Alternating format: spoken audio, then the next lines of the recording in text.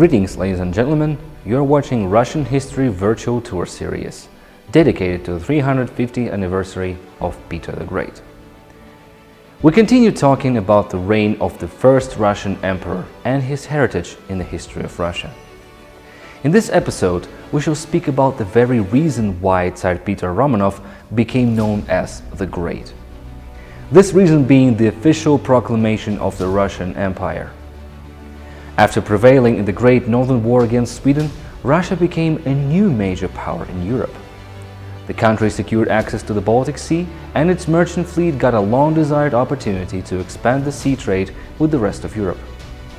Russia's newborn navy proved that it is on par with those of the leading European nations. All this meant that Russia could now talk to other major powers on equal footing.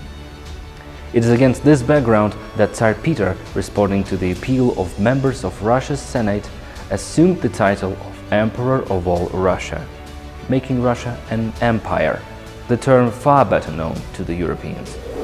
Proclamation of the Russian Empire was done together with the official announcement of the Treaty of Neustadt on 22 October 1721. The ceremony took place in the Old Trinity Cathedral in St. Petersburg, and was followed by a massive cannon salute from the Admiralty, Peter and Paul Fortress, and 125 warships spread across the Neva River. A year later, Russia's new status was officially recognized by Prussia, Venice, the Netherlands, Sweden, and Geneva. The last country to acknowledge the emergence of a new empire was the Polish-Lithuanian Commonwealth, which did it only 40 years later. The proclamation of the empire was a formality in many ways. It did not change the way the country was governed per se, and Russians continued to refer to their ruler as Tsar. In fact, the groundwork for turning Russia into an empire was laid 2 centuries before that, during the reign of Tsar Ivan IV, who defeated the Khanate of Kazan. It was followed by the conquest of Siberia and other lands. Why expanding?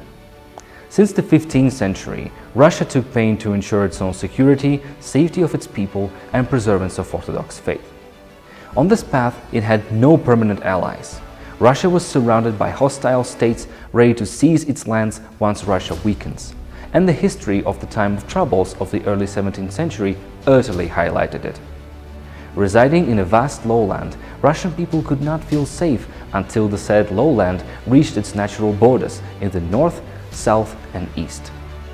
Nowadays, the term empire has a rather negative connotation. In Africa, it is primarily associated with colonialism and inhuman treatment of its indigenous population by the Europeans. The Russian Empire, however, has never been a colonial state. Unlike most European empires, Russia never gave any privileges to its main ethnic group, the Russians. Moreover, it never used its faraway regions to exploit their natural resources or labor. Quite the opposite, it invested heavily in their development while taking very little in return. Some historians argue that the Russian Empire was formed primarily for political reasons rather than economic. Both Russians and people of the country's borderlands viewed the empire as an alliance to ensure safety from powerful foreign neighbors. Despite some of its flaws, Russian Empire was home to over 150 peoples and nationalities. All of them were able to preserve their identity, speak their native languages, and freely practice their faiths. That is all for this episode. My name is Alexander Arefiev, and this was Russian History Virtual Tour Series, dedicated to the 350th anniversary of Peter the Great. Thank you for watching.